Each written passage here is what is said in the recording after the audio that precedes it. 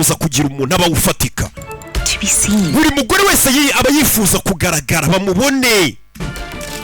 To know that they've earned their place. Buri mugore ngo abashaka kumenya ko hari umwanya basi ariho muri societe w'agaciro kandi ngo yavunikiye. Each of these bags. Niyo mpamvu buri sakoshi yose ubona hano ihenze ari ikimenyetso. From celebrities. Tubona ni ibyamamare, aba influencer, baba star bose dufollowing abakobwa tubabonanye aya masakoshi. Wanting to be there. Tuba dushaka natwe kuba nkabo. Bags are a sign. Niyo mpamvu aya masakoshi ngari ikimenyetso cyuko nk'umukobwa cyangwa nk'umugore nawe uri umuntu ufite agaciro muri societe.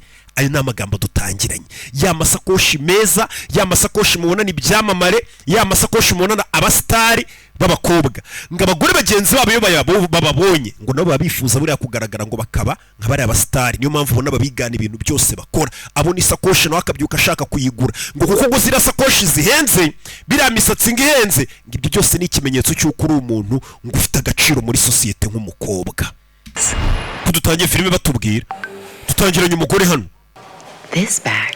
Iyi sakoshi ni Capucine MM bikorwa na Louis Vuitton. Ni amasakoshi nyine ahenze cyane.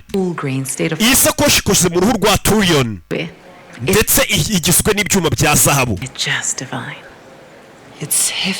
Iyi sakoshi ntabwo ari ikintu gitunganye gusa ahubwo rwose imeze nk'ikomoka mu ijuru. Hari ibintu abagabo mutagaciro ukabona isakoshi ukumva ni ibintu bisanzwe ngo si bya bindi abakobwa baba bafite se batwaramo imigati na kamambiri. Ngiye bura niko nishizemo. Buri mugore wese n'umukobwa mbona isakoshi mba numva harimo nk'irangamuntu, harimo upakiye umugati, harimo na kamambiri za umoja wenda inkweto ndende n'izimurya. Mba numva nyine aricyo kintu kiri mu isakoshi. Niko mba numva mu mutwe wanjye. Rero buriya amasakoshi twe dufite ukuntu tuyasuzugura, ariko ku bagore urabona isakoshi akavuga ngo isakoshi.